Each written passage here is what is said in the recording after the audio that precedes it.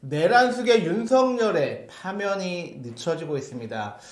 지난 주말에도 엄청난 인파가 전국에서 광화문을 모여서 내란숙의 윤석열 파면을 소리 높여 외쳤지만 매우 안타깝게 오늘 이 시간 현재까지 내란숙의 윤석열의 파면은 지체되고 있습니다. 오늘도 더 좋은 정치연구소 정호진 대표님 나오셨습니다. 대표님 안녕하십니까? 네, 안녕하세요. 정호진입니다.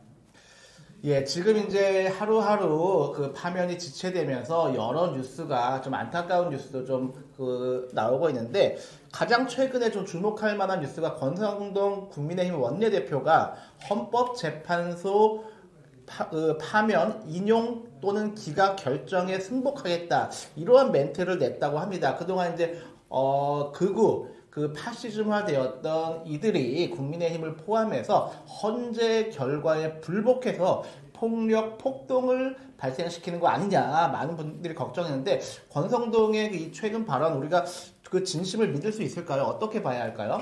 글쎄요. 그동안 권성동 원내대표가 한 입 가지고 두 말 한 적이 한두 번이 아닙니다. 그래서 네. 민주당 내에서는 즉각적으로 믿을 수 없다 이런 얘기도 나왔는데요. 일단은 저도 100% 믿을 수는 없습니다만 그럼에도 불구하고 저는 한켠에서는 국민의힘 지도부가 지금 공식적으로 이 승복은 당의 입장이라는 얘기를 했습니다. 그래서 조기 대선을 염두한 태세 전환에 모두가 드디어 시작된 게 아닌가 이렇게 또 판단도 되어집니다. 근데 다만 저는 근본적으로 좀 얘기하고 싶은 게 이 지금 승복과 관련된 부분에 있어서 두 가지 부분입니다. 이게 논란이 될 사안인가? 네. 왜냐하면 헌법재판소에서 결정이 되면 논란의 여지가 없습니다. 그건 그대로 이행을 해야 되는 부분이에요. 승복이니 불복이니 이런 거는 사실상 이건 얘기가 되는 부분이 아닙니다. 이 논란 자체가 상당히 비정상적인데요. 이 논란이 이게 된 부분은 사실 다름 아니라 윤석열과 국민의힘으로 인해서 만들어진 거 아니겠습니까? 저는 여기서 또 지적하고 싶은 거는 어제 권성동 원내대표가 당의 공식적인 입장이다. 이재명 대표가 이제 입장 발표라라고 얘기를 했는데 왜 이재명 대표가 입장을 발표합니까? 이재명 대표가 내란을 일으켰습니까? 불법계엄을 주도했습니까? 불법계엄, 내란을 주도한 사람은 윤석열이에요. 그런데 어제 또 뭐라고 얘기했냐면 윤석열 최종 변론에서 이 승복과 관련된 그런 의사를 밝혔다고 하는데 우리 시청자 여러분, 윤석열 최종 변론 때 이런 얘기 안 했습니다. 이런 얘기가 했으면 윤석열도 승복했다라고 이미 기사가 차고도 넘치게 나왔을 거예요. 제가 보기에 이거 거짓말이거든요. 네.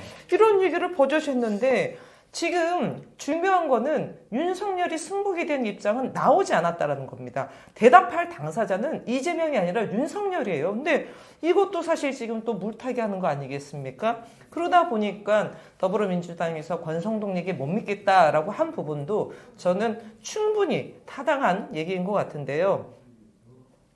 일단 결론적으로는 국민의힘 내에서 태세 전환에 모두가 시작됐다라는 부분은 분명히 좀 시그널을 준 건 아닌가 싶습니다. 네, 우리 국민들이 이제 국민의힘의 그 헌재 결정에 승복하겠다는 이 선언에 주목하는 이유는 지난 서부지방 폭동을 우리가 목격했기 때문에 점점점 아스팔트 파시즘화되고 있는 이 극우 세력이 헌재 결정 이후에 어떠한 사태를 또 발생시킬지 그게 걱정을 많이 하고 있는 거고 미국 같은 경우는 트럼프 대통령이 지난 이번 말고 지난 선거 패배 이후에 어마어마한 폭력 사태가 발생하지 않았습니까? 그거를 지금 우리 한국의 극우 세력이 따라하는 게 아닌가 해서 걱정했는데 그나마 적어도 이제 며칠을 될지 모르겠지만 권성동이 헌재 결과에 승복을 하겠다라고 하는 좀 의미심장한 그런 멘트를 냈고요. 주목하는 것은 지금 대표님 말씀하셨듯이 이것을 마치 여당과 야당 마치 보수와 진보의 1대1 구도로 그렇게 좀 착시 현상을 불러일으키면서 이재명 대표에게 책임을 전가하는 이러한 멘트들이 지금 국민의힘 측에 나오고 있는 것 같습니다. 그러니까 상식적으로 생각해 보십시오. 제가 말씀드렸듯이 이재명 대표가 내란을 일으켰습니까? 불법계엄을 했습니까? 당사자인 윤석열한테 승복을 해라. 그거를 강력하게 주문을 해야 되는 거예요. 그런데 갑자기 새길로 빠져도 유분수지 왜 이재명 대표한테 그거를 물어봅니까? 저는 이 사람들 끊임없이 지금 이재명 대표 탓하는 이 지금 부분인데요. 이건 뭐 도무지 이해가 할 수 없고요. 뭐 한 가지 좀 더 말씀드리면 요거는 다른 맥락이긴 하지만 더불어민주당 박홍근 의원이 법안을 하나 발의한 게 있습니다. 아, 최근에요? 예, 최근에 법안을 발의했고 이게 오늘 다른 데는 안 나왔고요. 조선일보만 나왔습니다. 네. 조선일보가 나온 거는 또 의도가 있겠죠.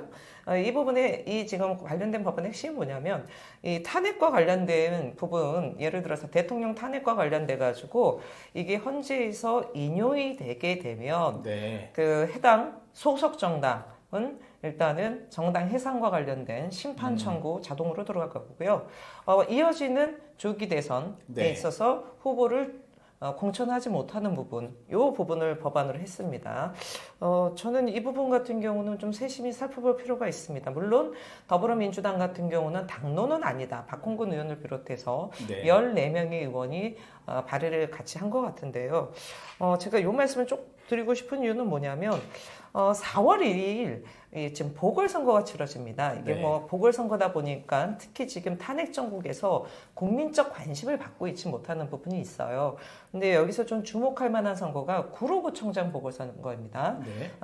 구로구청장의 제가 지금 이름은 기억 못하는데 본인이 갖고 있었던 주식 이런 부분들을 지금 매각하지 않아가지고요. 이거 가지고 지금 대법까지 가기 전에 일단은 번번이 졌습니다. 그래서 본인이 지금 갖고 있는 자산을 지키기 위해서 매각 안 하기 위해서요. 스스로 구로구청장을 사퇴했는데 네. 소속 정당이 국민의힘입니다. 국민의힘인데요.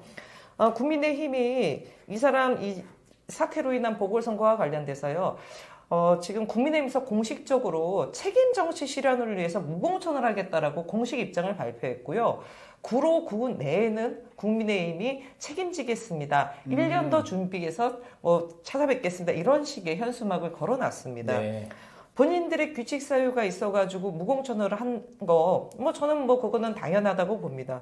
그런데 구로구청장은 무공천을 하고 대통령 선거는 무공천을 하지 않는다. 규칙 사유가 있는데 그건 안 맞잖아요. 일관성이 네. 없잖아요. 특히나 국민의힘에서 매번 얘기했던 게 국민의힘 1호 당원이 누구입니까? 윤석열입니다.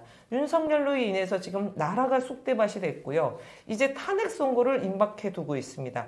인용, 파면이 되면 조기 선거가 조기 대선이 바로 이뤄지게 되고요. 이런 상황이 벌어지게 된 귀책이 있는 정당이 국민의힘이에요. 그러면 구로구청장도 책임 정치 실현을 해서 무공천 하겠다는 것처럼 대통령 선거도 그래야 되는 게 아닙니까? 그게 일관성이 있는 거죠. 예.